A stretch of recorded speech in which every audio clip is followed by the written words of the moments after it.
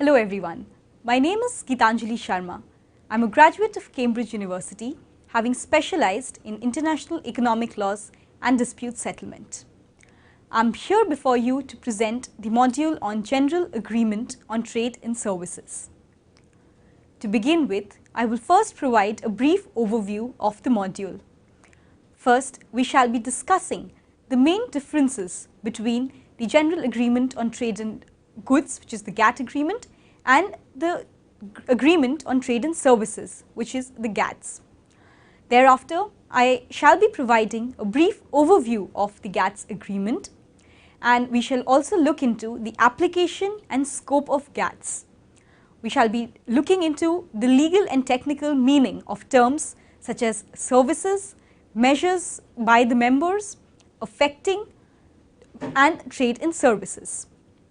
We shall then look into the various obligations that are imposed by GATS upon members, including the market access obligation, the national treatment obligation, the manner in which the schedule of commitments is drawn and its impact thereon, and various unconditional obligations. We shall also be touching upon issues such as the exceptions provided under the GATS and other provisions under the GATS, including the Economic Integration Clause. To begin with, as a brief introduction to GATS, one must understand the complexities that were involved in the negotiation of the GATS process.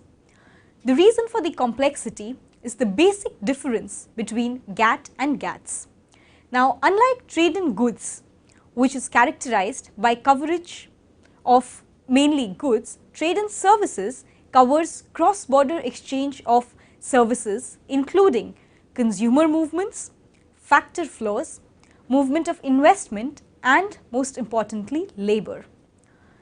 Therefore, to accommodate the extensive coverage of GATS and the requirements for member countries to make policy and structural changes to open up such a sector for international trade, member countries had several issues on deciding upon various flexibilities that were being offered under the GATS. For example, unlike the GATT, there does not exist a wholesale ban on using a quantitative restriction under the GATS. This is a kind of flexibility or policy space agenda that countries negotiated for while they were drawing up the GATS agreement. Similarly, GATS also is characterized by the concept of built-in agenda. Member countries in 1994 were well aware that opening up of services sector would be a highly challenging task, and trade in services would not be that easy as trade in goods, anyway had a history of 50 years of its origin, whereas trade in services, as was being negotiated in 1994, was a fairly new concept. Therefore, members agreed that liberalization in services would be in a phased manner, providing several flexibilities and policy leeway to the members, and liberalization would only happen in various sectors as and when countries would be allowed and willing to open up those sectors. Therefore, this process of constant and ongoing liberalization which member countries agreed upon is known as a built-in agenda of GATS. Now, having discussed this brief overview, let us look into the basic differences between the liberalization of trade in goods vis-a-vis its liberalization in services. There is a vast scope and coverage of GATS as it covers across border trade and also trade across various sectors and industries. Now, flexibilities that are given to the member countries to liberalize their trade and services are therefore in proportion to the challenges that are involved in the opening up of services. Under GATS, members have even been given flexibilities with respect to core principles of trade liberalization, for example, the national treatment and the most favored nation clause. Unlike the NT and the MFN treatment in the GATT provision, in the GATT agreement, which are highly sacred and no deviation is permitted. In GATS, members have been given the opportunity to restrict the application of national treatment under GATS, and they've also been allowed to seek exemption from application of certain MFN obligations.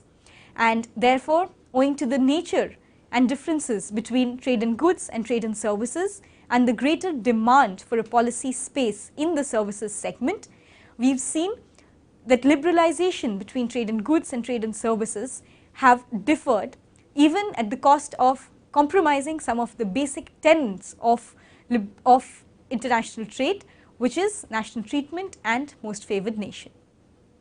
Now, we shall move into the various aspects of the GATS framework and its application to members. The graphical picture shows that GATS has two methods of its application. Now, first, the text of the GATS, which is the framework, and the annexes are applicable on all members. However, the schedule of commitments of GATS, which is, as I will explain later, an integral part of the GATS agreement, along with the MFN exemptions, are applied individually to members and do not apply across board to all members at a given point in time. Therefore, for schedules of specific commitment and MFN exemptions, members have to make a special request, and based on that or based on a negotiated agreement to open up a particular sector, those provisions become obligatory for the members. Now, we shall look into the nature and scope of GATS and the meaning of trade in services. Now, here the analysis of Article 1.1 of GATS becomes important, as 1.1 of the text of GATS agreement states that GATS applies to measures by members affecting trade in services. Now, this definition has been divided into 4 parts, and the understanding of each of these 4 elements of GATS becomes very relevant. First, we look into the meaning of the term services. Second, measures by members. Third, the nature and scope of the word affecting. And last, the meaning of trade and services. Now, with respect to the meaning of services, the GATS does not define what services are per se. However, there is a heavy reliance that is placed upon the services sectoral classification list, which has been developed during the Uruguay round of negotiations, largely based on the United Nations Central Product Classification System. This list has been used as a supplementary means of interpretation under Article 32 of the Vienna Convention on Law of Treaties in order to conclude several meanings and interpretations of the term services as they have arisen before the panels and appellate body. For example, in the case of US gambling, the meaning of the term other recreational services except sporting in the US schedule was interpreted as including gambling and betting services, placing reliance on the principles of treaty interpretation as flowing from the United Nations Central Product Classification System, where US had made a similar commitment and a similar description of the services.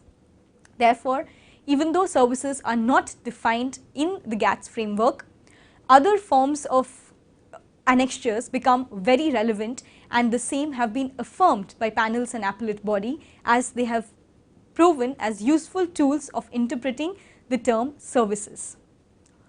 Second, we move on to discuss the meaning of measures by members. Now, GATS extends to measures by all levels of the government. It also includes measures by non-governmental bodies that are acting with delegated powers of the government. However, one must note that GATS does not apply to purely private measures, and the meaning and the definition largely revolves around governmental actions or government delegated actions. Now, the third aspect of the definition under GATS 1.1 is the meaning of the term affecting. Now, the term affecting has been given a wide interpretation. As was demonstrated by the appellate body in the EC Bananas case, it was clarified that the term affecting is interpreted to include a broad scope of application, and its meaning is wider than the term either regulating or governing. Therefore, giving a wide definition to the term affecting, one can say that a large part of actions of the government or potential actions by delegated authorities can come within the purview and operation of GATS, as conduct which does not pertain to only regulation or governance may also be said to affect trade and services in some way, leading to the application of GATS. Now, we discussed the last aspect of services definition, which is the meaning of trade in services. The meaning of trade and services is linked to understanding various modes of supply. These modes of supply are primarily four in nature, as have been defined and discussed within the GATS framework, and they include cross-border supply, consumption abroad, commercial presence, and presence of natural persons. We first discussed the meaning of cross-border supply. Under mode 1, which is the cross-border supply, a service is transacted across a border without either the product or the consumer moving. The service supplier therefore is not present within the territory of the member where the service is being supplied. Examples of cross-border supply include distance learning, e-banking, telemedicine, etc. The second mode of trade and services, as discussed in the GATS, is consumption abroad. This mode of supply is often referred to as the movement of the consumer. Now, the service consumer crosses the border to where the supplier is located in order to obtain the services. Now, examples of consumption abroad include holidays abroad, attaining foreign education, and overseas health care. Now, discussing the third aspect of trade and services, which is one of the most vital manners in which service is transacted, is through commercial presence. Under this mode, the service supplier establishes a commercial presence through a foreign-owned affiliate, subsidiary, or representative or branch office in the country where the consumer is located. Now, examples of commercial presence include establishment of branches or subsidiaries of foreign banks, setting up of a subsidiary company engaged, say, in telecommunication services or consultancy services. Last, and the most vital mode of GATS, which also makes GATS very controversial, is through the presence of natural persons. This mode covers natural persons who are themselves service suppliers, as well as natural persons who are employees of foreign service suppliers in the host country. In schedules, members have taken commitments based on the following categories of persons. Therefore, these categories of persons are examples of the fourth mode of supply. These include independent professionals, intra-corporate transferees, business visitors, and contractual service suppliers. As stated in the initial part of my presentation, this fourth mode becomes highly controversial owing to the opening up of services sector with respect to labor and natural persons. Therefore, the discourse of GATS inevitably gets interlinked to immigration laws and laws pertaining to the movement of natural persons, as all of this is premised from the fourth mode of supply under GATS. Now, having discussed the various contours of the meaning and nature of trade in services, we now move on to discuss the substantive obligations under GATS. The first substantive obligation is the unconditional obligation, which is in the nature of most favored nation clause. Second is the conditional obligation to include market access, which is defined under Article 16, and national treatment, which is defined in Article 17. These obligations apply on specific commitments that members have undertaken in their schedule of commitment, which are annexed to GATS, pursuant to which members are allowed to maintain restrictions on trade and services. Therefore, as discussed before, the concept of national treatment under GATS is a conditional obligation and not an unconditional obligation as is present in, say, the agreement on trade in goods. Now, we discuss each of these obligations in a bit more detailed manner. First, we look into the market access obligation, which is defined in Article 16 of GATS. Article 16 of the GATS provides an exhaustive list of areas where market access obligations must be maintained by members and restrictions should not be imposed in that regard.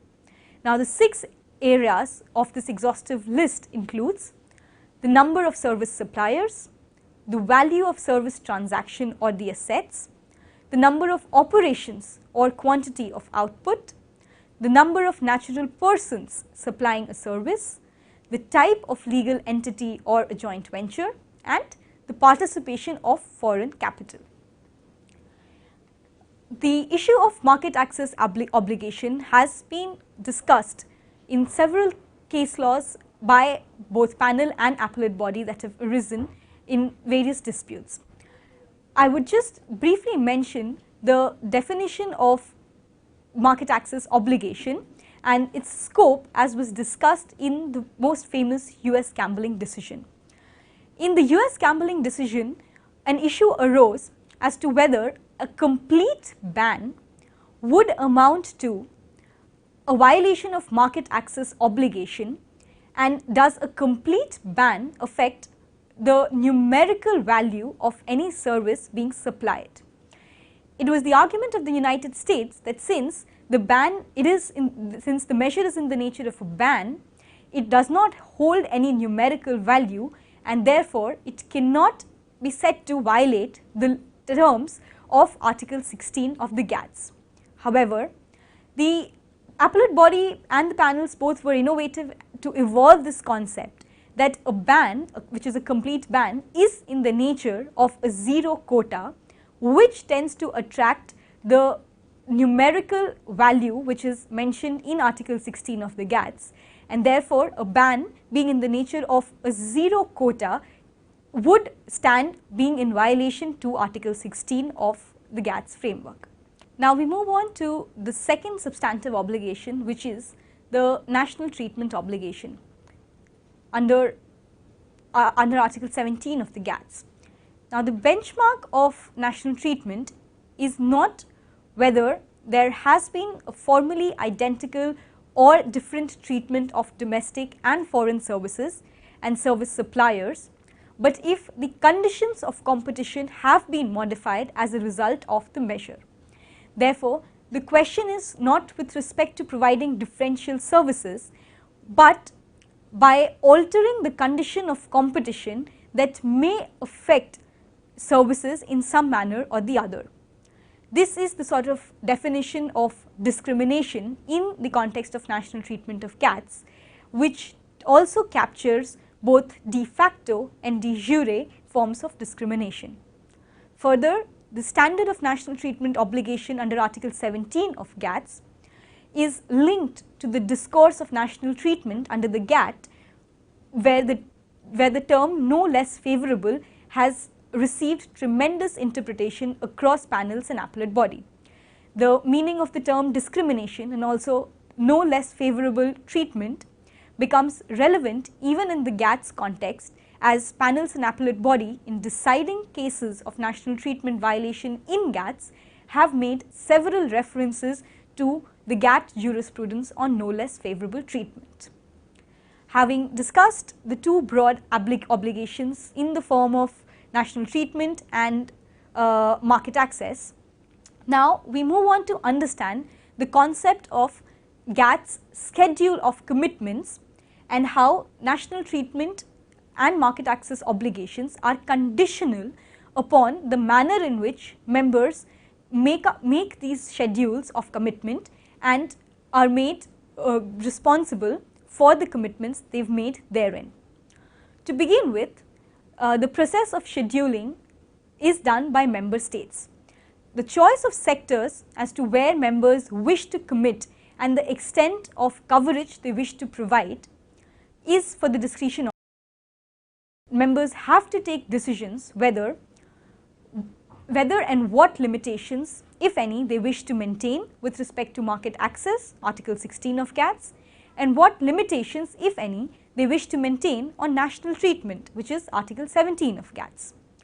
Further on, members may also make additional commitments relating to measures affecting trade and services which are not subject to scheduling either under Article 16 or 17 of the GATS, and if they wish to undertake any further obligation under Article 18 of the GATS. Having discussed the broad nature in which scheduling happens, I am now presenting a graphical picture of what comprises of a schedule of commitments under GATS. This is a typical schedule or a table which has on one hand various modes of supplies, also deciding upon various sectors and the various obligations that are imposed. Therefore, a table will comprise of various modes of supplies, various conditional and unconditional obligations, and also the various sectors in which they are playing. In the course of this presentation and during a discussion of the scheduling process, we will also understand concepts such as a positive list approach under GATS, the meaning of terms such as none and unbound, and what additional commitments members may undertake. Now, if we look back at the graphical schedule that has been presented, we see that the first column is used to indicate the sectors covered. Now, GATS does not prescribe any particular sector focus, and it is for each member individually to decide on its discretion as to which sector it wants or does not want to include within its schedule. Now, the scheduling method used by GATS is often called a bottom-up or a positive list approach, since market access and national treatment commitments are undertaken only for sectors that have been included in the list and not for the ones that do not find a place in the list. Further, sectors that are not included in the schedule are automatically considered outside the scope of market access or national treatment obligations. For unscheduled sectors, as I have discussed before, only unconditional obligations apply, which also include in particular the most favored nation treatment principle and certain transparency related obligations. The positive list approach thus allows member countries to customize their commitments according to which national policy choices are made, taking into account the various constraints in liberalization of services.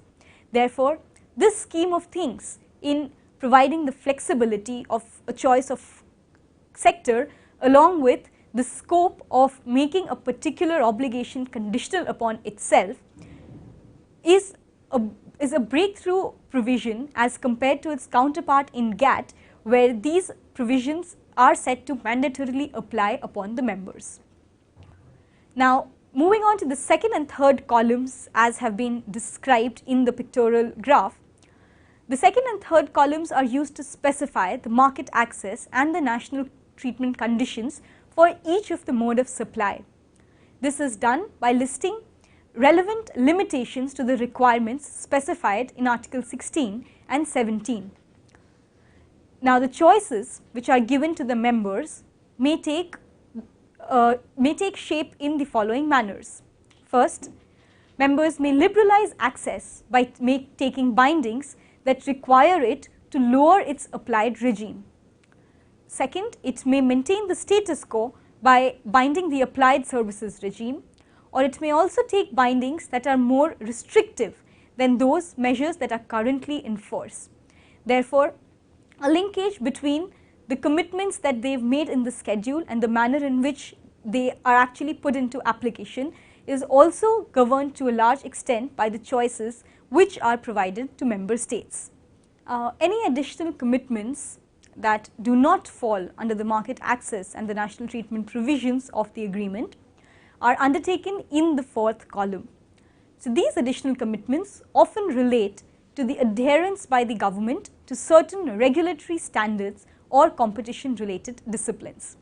Therefore, so far we have discussed the nature of a typical GATS schedule and the meaning of each of the four columns as present in the schedule.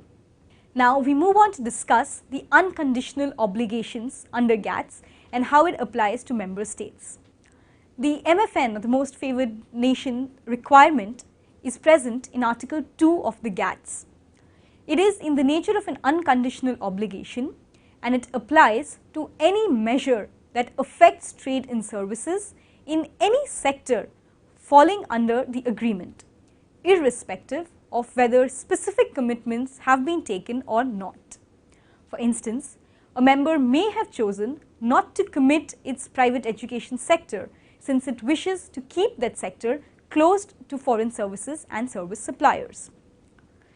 Here we also discuss the relevant case law, which is the US gambling issue and how it related to certain provisions of GATS. The US gambling decision involved a ban on online gambling sites in the US by way of certain regulations which mainly targeted countries such as Antigua and Barbuda, who were the chief exporters of these services. The United States tried to defend this ban on account of public morals exception, as the addictive nature of gambling affected the social fabric of the society. The appellate body in this case, by upholding the panel's finding, held that the US measure was designed to protect public morals and maintain public order within the meaning of Article 14A of the GATS, which deals with the exception clause. Therefore, the exception clause under GATS, as has been described in the US gambling decision, threw some light on the nature and meaning of public morals or public order as has been described in GATS. Inevitably, the meaning of public morals as has been discussed in the GATS jurisprudence also found discussion in the appellate body's analysis, which further indicates that GATS jurisprudence are being relied upon by GATS panel and appellate body reports, also holding that public order and the meaning of the exception under 14A is slightly broader than the one in GATT, and therefore this provision could very well fit within the purview of Article 14A. The appellate body thereafter reversed panel's decision and also held that the United States has been able to make a prima facie case of necessity, as Antigua has failed to identify any other alternative measure that may be reasonably available. However, the ban on the whole did not sustain, as the appellate body held that the measure did not meet the requirements of the chapeau under Article 14, as the United States was found to discriminate in the enforcement of these measures. Therefore, this provision becomes relevant and the provision and the case law becomes relevant in understanding the interpretation provided by the panels and appellate body to Article 14 of GATS in the light of the jurisprudence of GATT under the exceptions clause. Now, we come to the last part of our presentation and discuss a few other provisions under the GATS framework. GATS, apart from the national treatment, most favoured nation and market access obligations, which are its core foundational obligations, also has certain aspects on the economic integration, which is defined in Article 5, the domestic regulation, which is defined in Article 6, and the concept of recognition, which is defined in Article 7. Apart from this, there are several annexures which also become relevant and have arisen as topics of controversial disputes before the GATS panel and appellate body. Due to paucity of time, we shall not enter into each of these obligations, but only discuss the obligation on economic integration. Now, economic integration provides room for economic integration agreements outside the framework of GATS, allowing members to further liberalize in services. By insisting that a substantial sectoral coverage and substantially all discrimination is removed, GATS essentially is indicating, somewhat on the similar lines of GATT Article 24, that discriminatory agreements will only be permitted if they contribute to further lowering of trade barriers and make a substantial contribution to the integration of overall services economies. At the same time, the overall level of barriers in services must not be raised vis-a-vis the non-participants in the services covered, and should an agreement lead to the withdrawal of commitments, appropriate compensation must be negotiated wherever members are affected. Therefore, Article 5 of GATS provides for economic integration, and the jurisprudential value of GATT Article 24 dealing with regional trade agreements also become relevant in this regard. Having discussed this, I will now summarize the key aspects of my presentation. In the module on GATS, we have first discussed the main differences between the trade in goods and trade in services, and the method in which the liberalization of the two agreements differ, leading to several policy choices and respect for flexibilities that have been provided to members. In this context, we have discussed the definition of a positive list approach and the concept of built-in agenda of GATS. Thereafter, we have discussed the various methods in which one can define trade in services, including the four modes of supply and the scope and nature of the meaning of the term services. We have also looked into the conditional and unconditional obligations provided within the GATS framework and discussed its operation with respect to the schedule of commitments, which demarcate the extent to which the conditional obligations apply on the members. We have discussed the various methods in which one can define and interpret a particular schedule or table under the GATS framework, along with which we have also highlighted upon other obligations of GATS, including economic integration clauses and exception provisions under the GATS framework. Thank you.